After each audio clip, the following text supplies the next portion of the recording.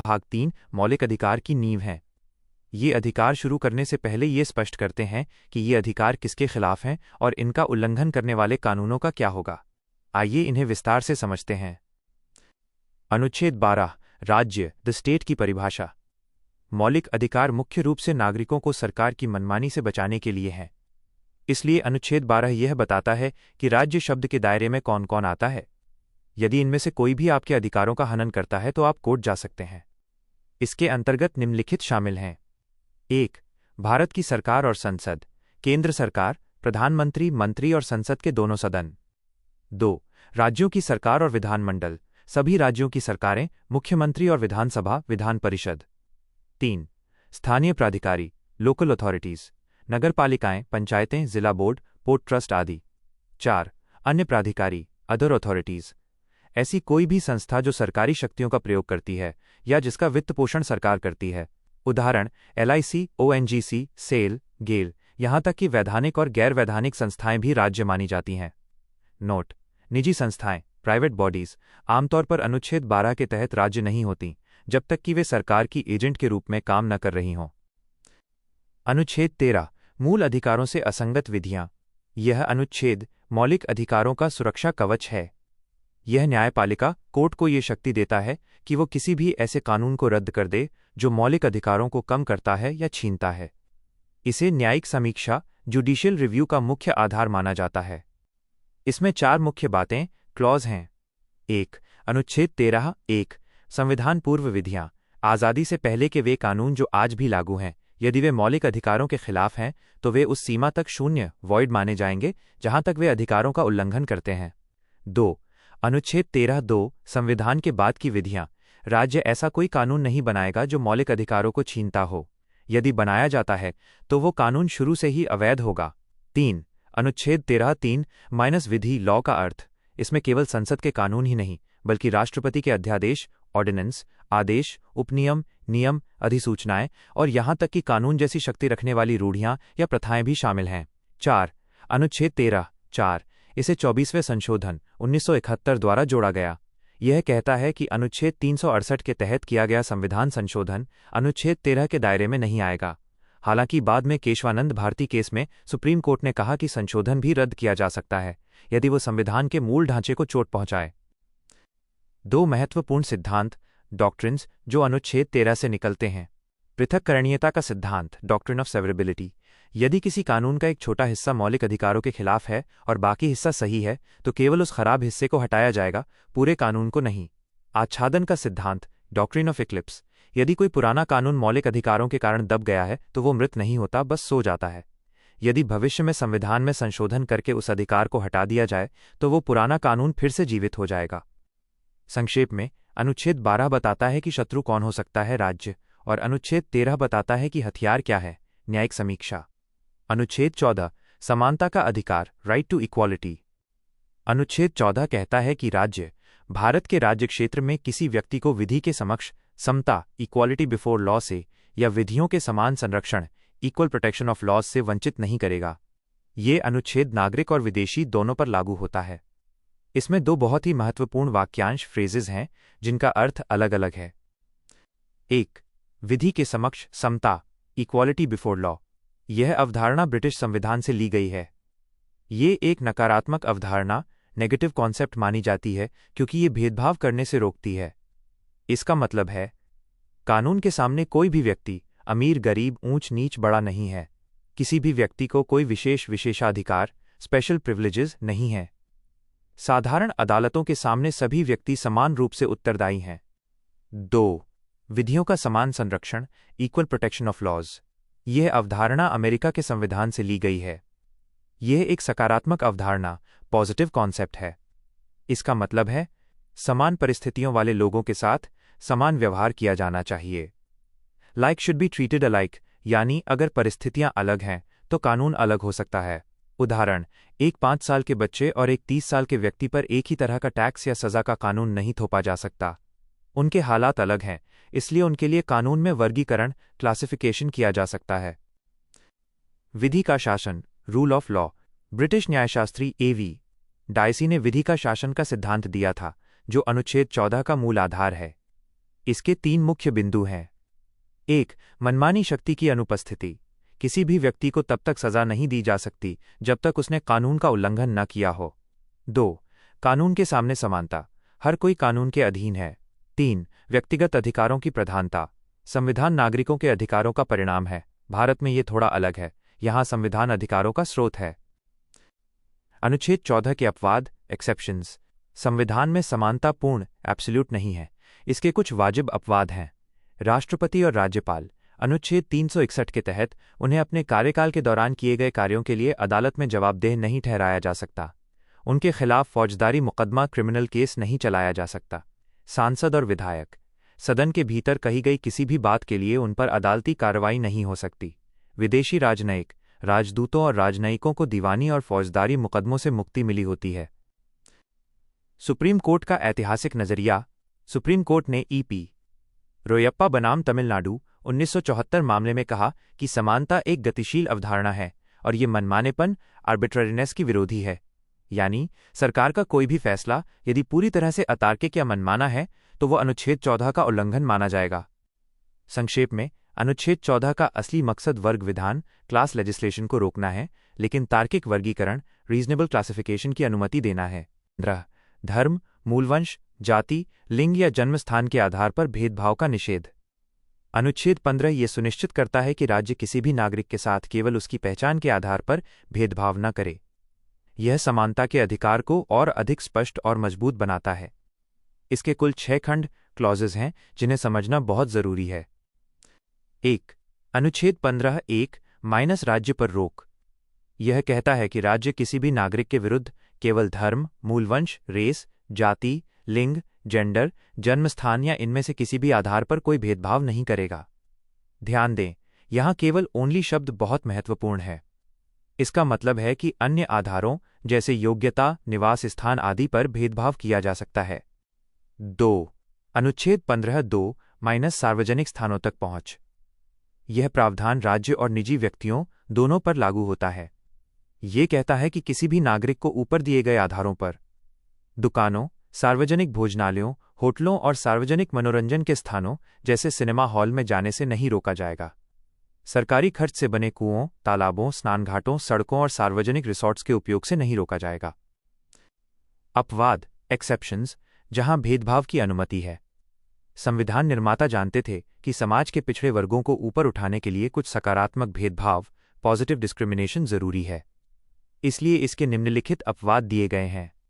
15(3) महिलाएं और बच्चे। राज्य महिलाओं और बच्चों के लिए विशेष प्रावधान कर सकता है, जैसे महिलाओं के लिए पंचायतों में आरक्षण या बच्चों के लिए मुफ्त शिक्षा। 15(4) सामाजिक और शैक्षिक रूप से पिछड़े वर्ग। राज्य SC/ST और OBC पिछड़े वर्गों की उन्नति के लिए विशेष नियम बना सकता है। इसे प्रथम संविधान संशोधन 1951 द्वारा जोड़ा गया। 15(5) शिक्षण संस्थानों में आरक्षण।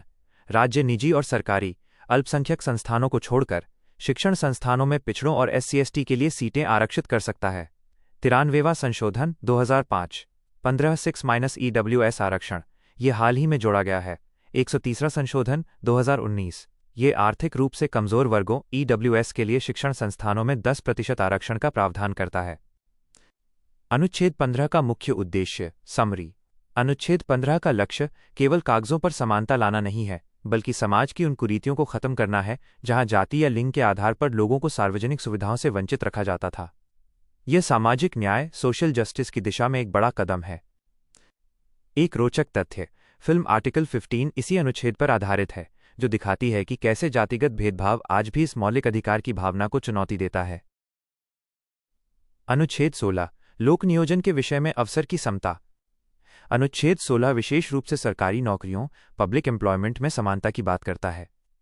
यह सुनिश्चित करता है कि देश के हर नागरिक को सरकारी सेवा में आने का समान अवसर मिले। इसके 6 मुख्य खंड हैं, जिनमें आरक्षण के पेचीदा नियमों को समाहित किया गया है। 1. अनुच्छेद 16(1) और 16(2) अवसर की समानता। 16(1) राज्य के अधीन किसी भी पद पर नियुक्ति के लिए सभी नागरिकों को समान अवसर मिलेगा। 2. किसी भी नागरिक के साथ केवल उसके धर्म, मूल वंश, जाति, लिंग, वंश, डिसेंट, जन्मस्थान या निवास रेजिडेंस के आधार पर भेदभाव नहीं किया जाएगा। ध्यान दें, अनुच्छेद 15 में 5 आधार थे, लेकिन अनुच्छेद 16 में वंश और निवास को जोड़कर कुल 7 आधार कर दिए गए हैं। 2. अपवाद, जहां समानता के नियम बदलते हैं। आरक्षण के नियम। संविधान ने समानता के साथ साथ सामाजिक न्याय को भी जगह दी है, जिसके लिए कुछ अपवाद बनाए गए। 16(3) निवास की शर्त। संसद कानून बनाकर किसी विशेष राज्य या केंद्र शासित प्रदेश की सरकारी नौकरियों के लिए वहां का निवासी होना अनिवार्य कर सकती है, जैसे कुछ पहाड़ी क्षेत्रों या विशेष राज्यों के लिए। 16(4) पिछड़ों के लिए आरक्षण। यदि राज्य को लगता है कि किसी पिछड़े वर्ग बैकवर्ड क्लास का सरकारी सेवाओं में पर्याप्त प्रतिनिधित्व रिप्रेजेंटेशन नहीं है, तो वह उनके लिए पद आरक्षित कर सकता है। 16(4) SC/ST के लिए पदोन्नति प्रमोशन में आरक्षण का प्रावधान। 77वां संशोधन। 16(4) बैकलॉग भर्तियों का नियम। यदि आरक्षित सीटें इस साल नहीं भरी गईं, तो उन्हें अगले साल भरा जाएगा और वे 50% की सीमा से बाहर मानी जाएंगी। 81वां संशोधन। 16(5) धार्मिक संस्थाएं। यदि कोई नौकरी किसी विशेष धार्मिक संस्थान से जुड़ी है, जैसे किसी मंदिर का ट्रस्ट या वक्फ बोर्ड, तो वहां उस धर्म के व्यक्ति को प्राथमिकता दी जा सकती है। 16(6) EWS आरक्षण। 130वें संशोधन 2019 के जरिए आर्थिक रूप से कमजोर वर्गों EWS के लिए सरकारी नौकरियों में 10% आरक्षण जोड़ा गया। 3.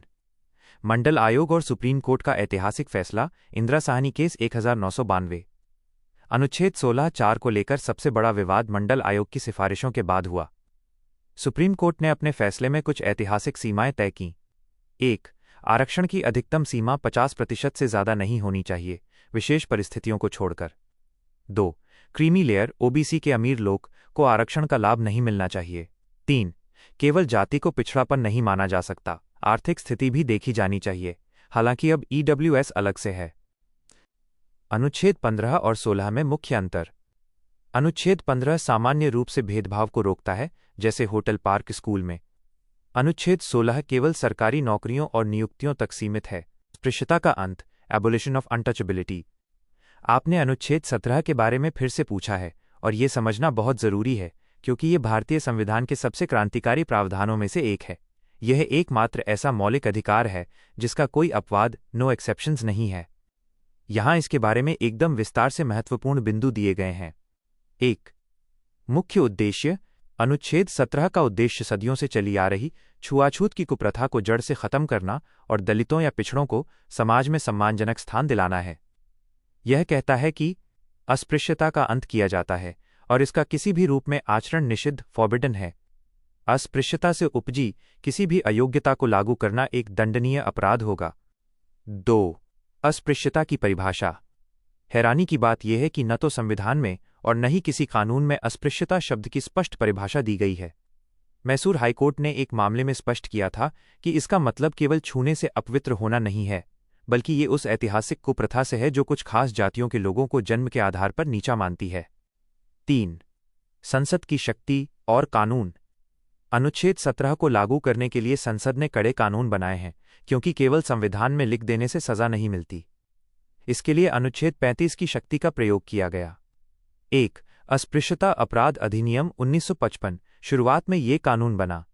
2. नागरिक अधिकार संरक्षण अधिनियम protection of civil rights act 1976 ratio 1955 वाले कानून का नाम बदलकर इसे और सख्त बनाया गया।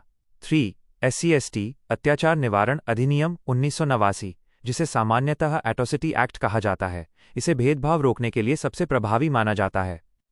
4. क्या क्या अपराध माना जाता है? अनुच्छेद 17 के तहत निम्नलिखित कार्यों को अपराध माना गया है।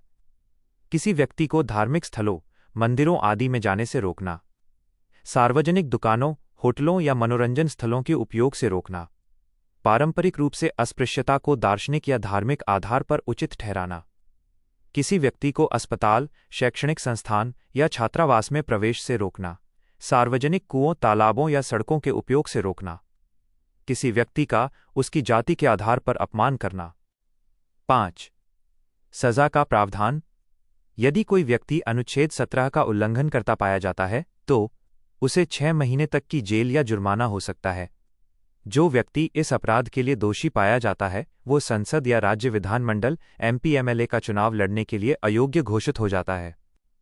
विशेष बात, जहां अधिकांश मौलिक अधिकार केवल राज्य सरकार के खिलाफ मिलते हैं, वहीं अनुच्छेद 17 निजी व्यक्तियों, प्राइवेट इंडिविजुअल्स के खिलाफ भी लागू होता है। यानी अगर कोई आम नागरिक भी छुआछूत करता है तो उसके खिलाफ कार्रवाई होगी। अनुच्छेद 18 उपाधियों का अंत, एबोलिशन ऑफ टाइटल्स। अनुच्छेद 18 समानता के अधिकार को पूर्ण करने का अंतिम कदम है। इसका मुख्य उद्देश्य समाज में कृत्रिम भेदभाव, आर्टिफिशियल डिस्टिंक्शंस को खत्म करना है, जहां कुछ लोगों को विशेष उपाधियां देकर दूसरों से ऊंचा समझा जाता था। यहां इसके 4 मुख्य प्रावधान विस्तार से दिए गए हैं। 1. राज्य पर प्रतिबंध, प्रोहिबिशन ऑन स्टेट। राज्य सरकार सेना, मिलिट्री और विद्या एकेडमिक संबंधी सम्मान को छोड़कर और कोई भी उपाधि प्रदान नहीं करेगा। उदाहरण, कर्नल, जनरल, सेना या डॉक्टर, प्रोफेसर, शिक्षा जैसी उपाधियां मान्य हैं क्योंकि ये व्यक्ति की अपनी मेहनत और योग्यता से कमाई गई हैं। लेकिन महाराजा राय बहादुर, राज साहब जैसी पुरानी सामंती उपाधियां अब नहीं दी जा सकती। 2. विदेशी उपाधियों पर रोक। भारत का कोई भी नागरिक किसी विदेशी राज्य, फॉरेन स्टेट से कोई भी उपाधि स्वीकार नहीं करेगा। ये देश के प्रति निष्ठा और समानता बनाए रखने के लिए है। 3. विदेशी नागरिकों के लिए नियम। यदि कोई विदेशी नागरिक भारत सरकार के अधीन किसी लाभ या विश्वास के पद, ऑफिस ऑफ प्रॉफिट पर कार्य कर रहा है तो वह राष्ट्रपति की सहमति के बिना किसी विदेशी राज्य से कोई उपाधि स्वीकार नहीं कर सकता। 4. भेंट या उपलब्धि पर नियंत्रण। भारत सरकार के अधीन लाभ का पद धारण करने वाला कोई भी व्यक्ति, चाहे वो नागरिक हो या विदेशी, राष्ट्रपति की सहमति के बिना किसी विदेशी राज्य से कोई भेंट, उपलब्धि, इमोल्यूमेंट या पद स्वीकार नहीं करेगा। सबसे बड़ा विवाद, क्या भारत रत्न और पद्म पुरस्कार उपाधियां हैं? ये मामला बालाजी राघवन बनाम भारत संघ 1996 में सुप्रीम कोर्ट पहुंचा था। कोर्ट का फैसला, सुप्रीम कोर्ट ने कहा कि भारत रत्न, पद्म विभूषण, पद्म भूषण और पद्मश्री उपाधियां टाइटल्स नहीं बल्कि सम्मान, अवार्ड्स हैं। तर्क, ये पुरस्कार योग्यता, मेरिट के आधार पर दिए जाते हैं, न कि वंश या जाति के आधार पर।